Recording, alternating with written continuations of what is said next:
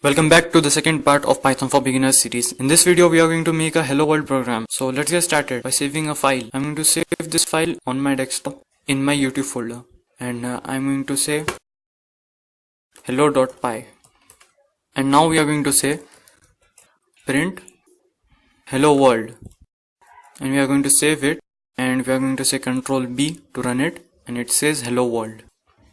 We can also do something like we can say age equals to input, and we can print age. In this input you can also say what is your age, and we can save it and we can run it by Control B. But if you give it input over here, nothing happens. You can hit enter but nothing happens because you can't give input in this window. So what do? We open the folder, we open command prompt in it, that's the same path as this path, and we are going to say python hello.py, and it says what is your age, and I'm going to say 20, and it gives me back 20.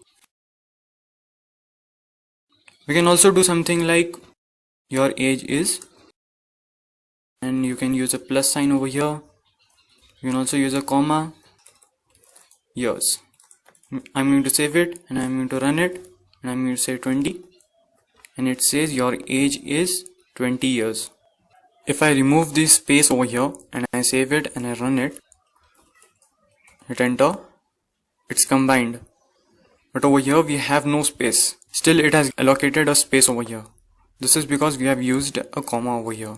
If you are using a plus, the space is not inserted by default. So you need to add a space. Yes. We are going to run it again. We are going to say 20, and this time it works. So that's it for this video. In the next video we are going to learn about conditional statements. So stay tuned. Like this video if you like this video.